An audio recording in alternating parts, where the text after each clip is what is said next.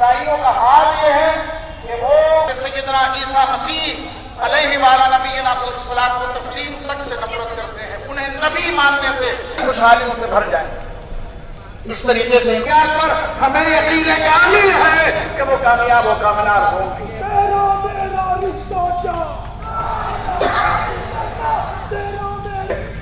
میں چند جملے، چونکہ دعائیہ تقریب ہے اور مولانا عمیر رحمانی صاحب کی تقریر اور دعا پر بھی جلسے کا اختتام ہوگا، لیکن میرے بھی جذبات ہیں کہ میں اللہ کے حضور آپ سب کی آمین لے کر کے حاضر ہو جاؤں۔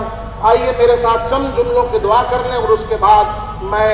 اپنی جگہ لیتا ہوں۔ بسم اللہ الرحمن الرحیم، الحمدللہ رب العالمین، والصلاة والسلام على سید المرسلین وعلى آلہ وصحابہ اجمعین۔ اللہم ربنا آتنا فی الدنیا حسنہ وفی الآخرۃ حسنۃ وقنا عذاب النار وادخلنا الجنۃ وارحمنا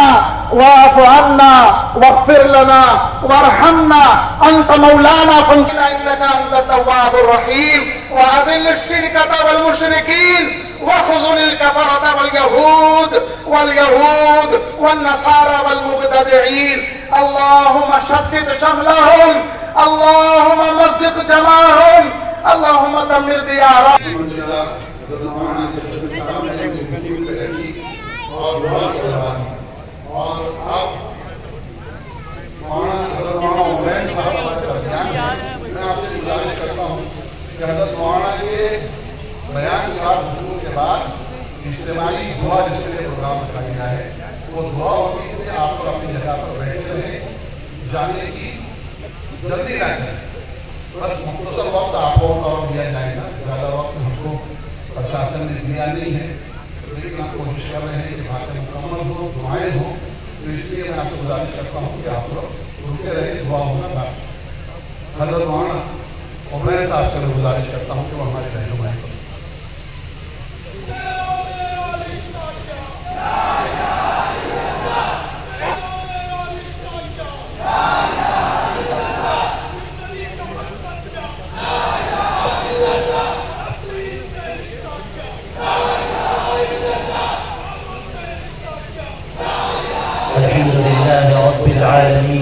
والعاقبة للمتقين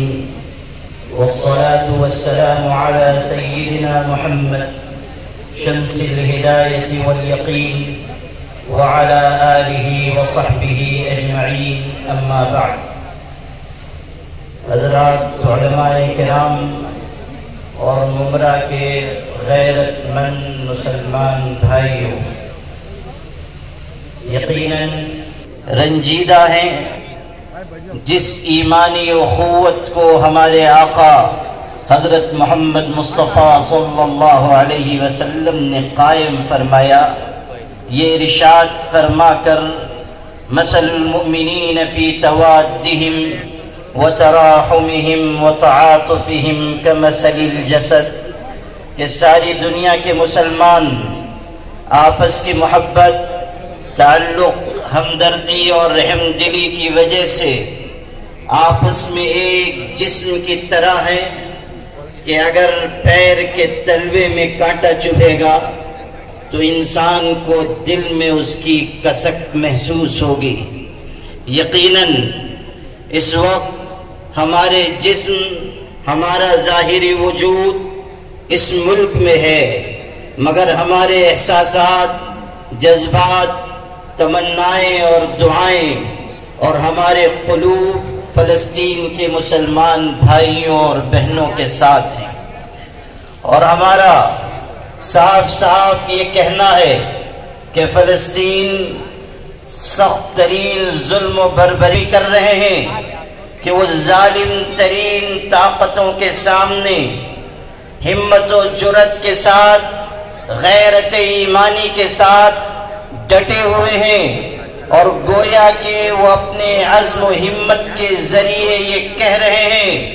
کہ تم ہمارے جسموں کو تم مار سکتے ہو مگر ہماری ایمانی غیرت کو قتل نہیں کر سکتے، ہمارے عزم اور حوصلے کو تم شکست نہیں دے سکتے،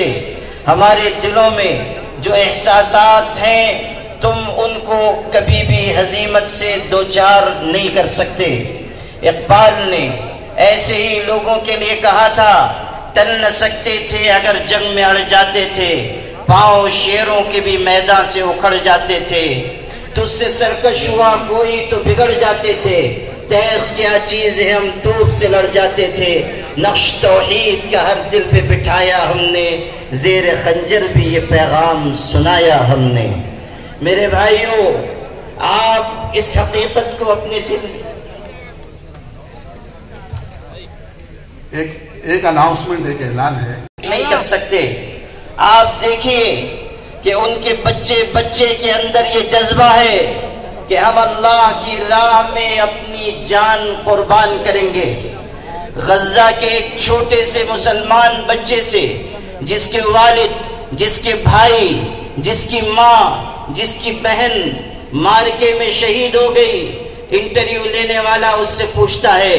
کہ تمہارے باپ بھی رخصت، تمہاری ماں بھی رخصت، تمہارے بھائی بہن بھی رخصت، اب کس کے سہارے تم دنیا میں زندگی گزارو گے؟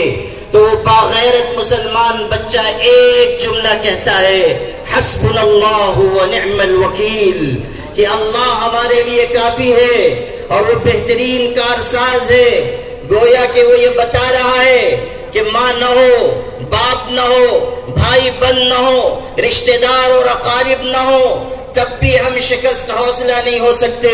اس لیے کہ ہمارے ساتھ اللہ کی مدد ہے، اللہ کی نصرت ہے، ہمارے ساتھ اللہ تعالیٰ کی حمایت ہے۔ قرآن پاک میں اللہ کا ارشاد ہے، وَلَا يَنصُرَنَّ اللَّهُ مَن يَنصُرُهُ إِنَّ اللَّهَ لَقَوِيٌّ عَزِيزٌ۔ اللہ تعالیٰ ان کی مدد کرتا ہے جو اللہ کے دین کے مددگار بن کر سامنے آتے ہیں،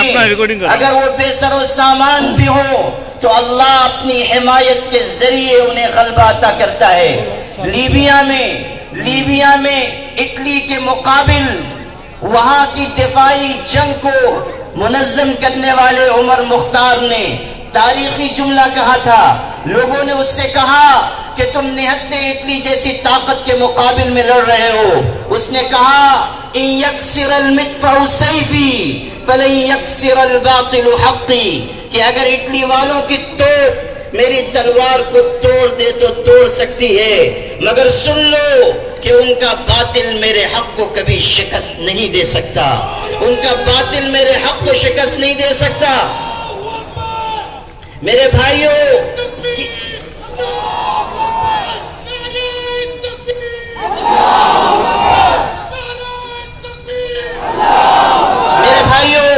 فلسطین کی حمایت و نصرت کرنے والی سلطنت عثمانیہ کے بانی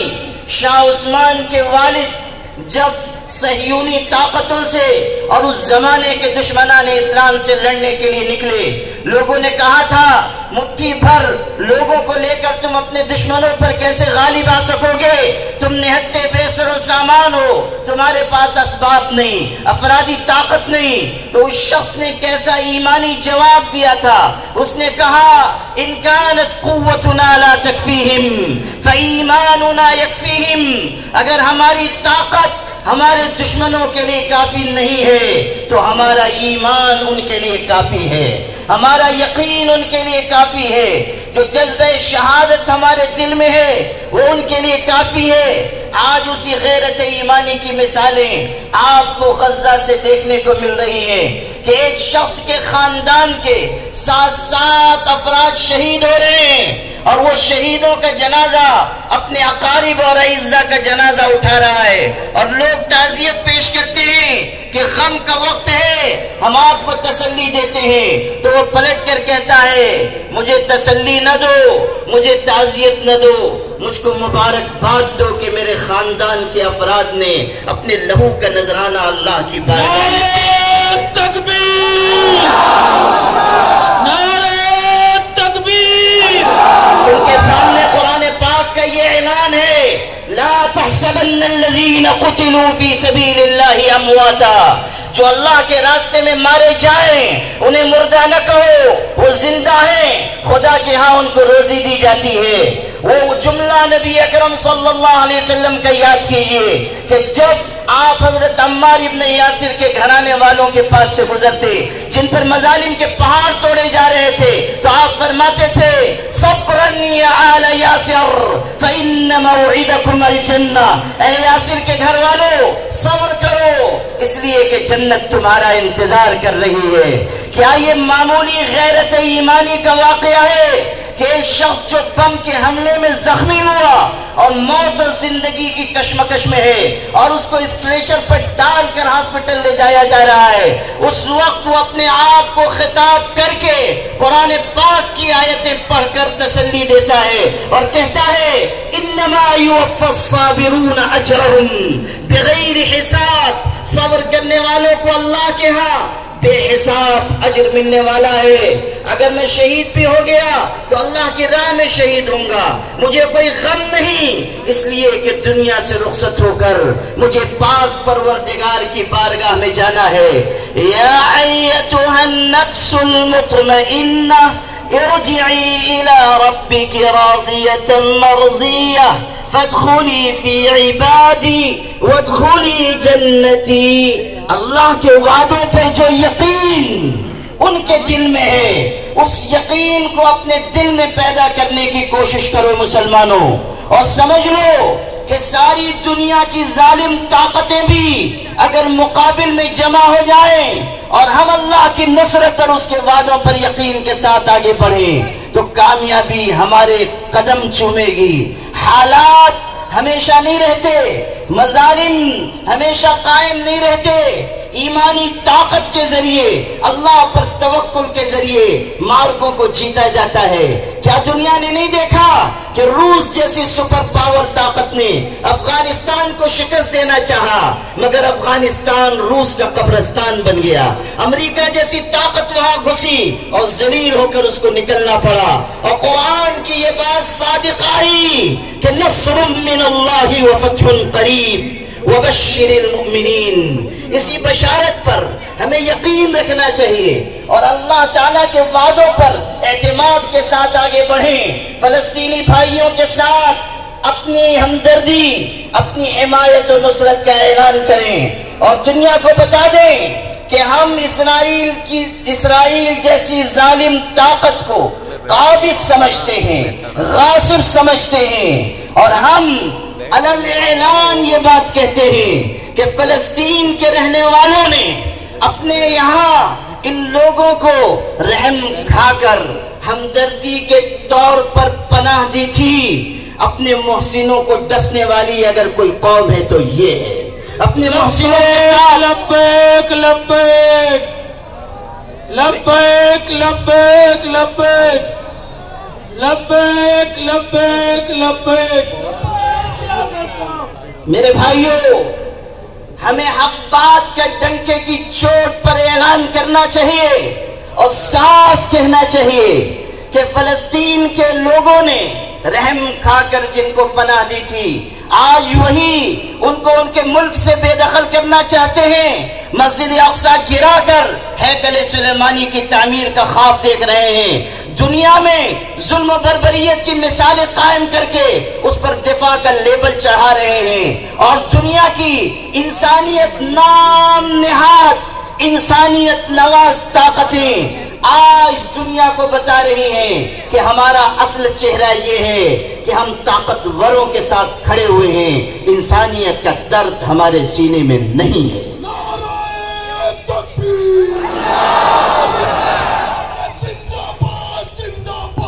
حقوق انسانی کی وہ تنظیمیں جو 2-4-10 لوگوں کے مر جانے پر واویلا مچاتی ہیں آج ہزاروں کے قتل عام پر خاموش ہیں۔ افسوس کہ مسلم ملکوں کے حکمراں بھی بیان بازی سے آگے بڑھنے کے لیے تیار نہیں ہیں۔ جہاں ہم کافر طاقتوں کو للکار کر کہتے ہیں وہیں ہمیں مسلم حکمرانوں سے بھی صاف کہنا چاہیے کہ تمہاری غیرت ایمانی کے امتحان اور آزمائش کا وقت ہے۔ اگر آج کرسی کے لالچ میں تم مسلمانوں کے ساتھ کھڑے نہیں ہوگے اور فلسطین کی حمایت کے لیے آگے نہیں آؤ گے تو سمجھ لو کہ تمہاری کرسیاں کرسیاں نہیں ہوں گی، تمہارے جنازے بن جائیں گے۔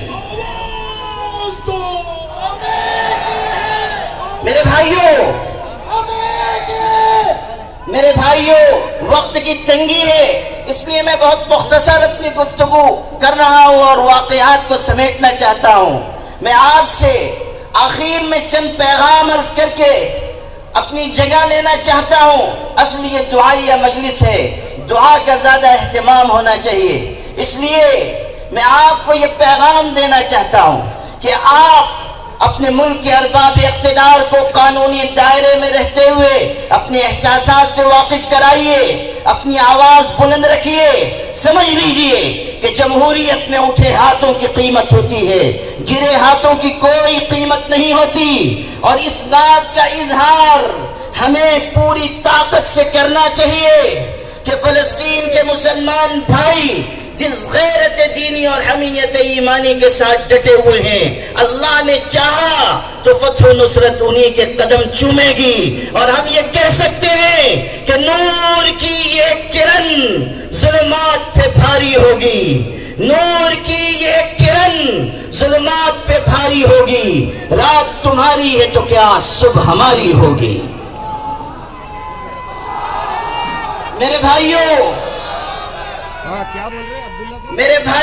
ہمارے کرنے کا جو کام ہے وہ ہمیں یہاں رہتے ہوئے کرنا چاہیے۔ کرنے کا کام یہ ہے کہ ہم دعاؤں کا اہتمام کریں، صدقہ خیرات کی کثرت کریں، روزے رکھیں، اپنی مستورات کو متوجہ کریں کہ وہ اللہ کے حضور میں دعائیں مانگیں۔ دعا مومن کا ہتھیار ہے، دعا آسمان سے اللہ کی نصرت اتارنے والی چیز ہے۔ امریکی اسرائیلی مصنوعات کا بائیکاٹ کیجئے۔ بعض لوگ یہ کہتے ہیں بائیکاٹ کرنے سے کیا ہوگا؟ آپ سے میں کہتا ہوں کچھ بھی نہ ہو، تب بھی ہم پاک پروردگار کی بارگاہ میں کہہ سکیں گے کہ ہم جو کر سکتے تھے وہ ہم نے کر کے دکھایا ہے۔ اس لیے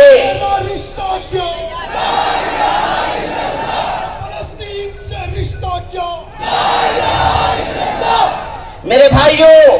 یہاں رہ کر ہم جس طرح بھی ہمدردی اور حمایت کا اظہار کر سکتے ہیں ہمیں کرنا چاہیے۔ ہم اپنے ملک کے ارباب اقتدار سے بھی کہتے ہیں کہ ہمارے ملک کی جو پالیسی رہی ہے اسی پر قائم رہیے، مظلوموں کا ساتھ دیجئے، ظالموں کی آنکھ میں آنکھ ڈال کر بات کیجئے۔ ہم دنیا کی نام نہاد ان طاقتوں کو بھی یاد دلانا چاہتے ہیں کہ آج کی تمہاری خاموشی اور آج کا تمہارا دوغلا پن ہمیشہ یاد رکھا جائے گا۔ یہ نہ سمجھیے کہ یہ کوئی بھلانے والی چیز ہے۔ آخری بات آپ سے کہتا ہوں میرے بھائیوں، مایوس ہونے کی ضرورت نہیں، حالات کے دباؤ میں آ کر اپنے آپ کو عاجز سمجھنے کی ضرورت نہیں۔ اللہ کا وعدہ ہے اور اس کا وعدہ اٹل اور سچا ہے، اور وہ وعدہ یہ ہے کہ واللہ متم نورہ ولو کرہ الکافرون، اللہ نور ایمان کو پورا کر کے رہے گا اور اپنی مدد کے وعدے پورا کر کے رہے گا۔ شاہ عبد الحمید ثانی جو سلطنت عثمانیہ کے آخری خلیفہ ہوئے، جب ان سے اعداء اسلام اور دشمنان دین کے نمائندے نے کہا تھا آپ ضد چھوڑ دیجئے، ہماری بات مان لیجئے، اس لیے کہ آپ اور آپ کی پوری سلطنت اسی طرح گھر چکے ہیں جیسے 32 دانتوں میں گھری ہوئی زبان ہوتی ہے۔ تو اس وقت اس باغیرت حکمران نے جو جواب دیا تھا، او مغرا کے مسلمانوں اسے دل پر نقش کر کے لے جاؤ، اس باغیرت مسلمان حکمران نے کہا میں جانتا ہوں کہ میں اور میری سلطنت گر چکے ہیں، اور ہماری حالت وہی ہے جو 32 دانتوں میں گھری ہوئی زبان کی ہوتی ہے، مگر سن لو قانون قدرت یہ ہے کہ 32 کے 32 دانت گر جاتے ہیں، زبان سلامت رہتی ہے۔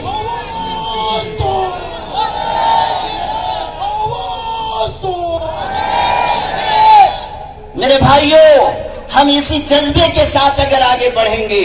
اور اگر ہم ایمانی تقاضوں کو پورا کریں گے، اللہ کی مدد آئے گی، ضرور آئے گی، یقینی طور سے آئے گی۔ رات چاہے جتنی اندھیری ہو اس کا اختتام روشن صبح پر ہوتا ہے۔ وآخر دعوانا الحمدللہ۔ والنٹیئر سے ایک ریکویسٹ ہے، ایک گزارش ہے والنٹیئر سے کہ جھنڈے جو ہیں وہ سارے جو ہے آپ لوگ اکٹھا کر لیں اور جھنڈے جو ہے تمام لوگوں سے گزارش جن کے ہاتھوں میں جھنڈے ہیں کہ وہ ہمارے والنٹیئرس کو اپنے جھنڈے دے دیں. آئیے حضرت مولانا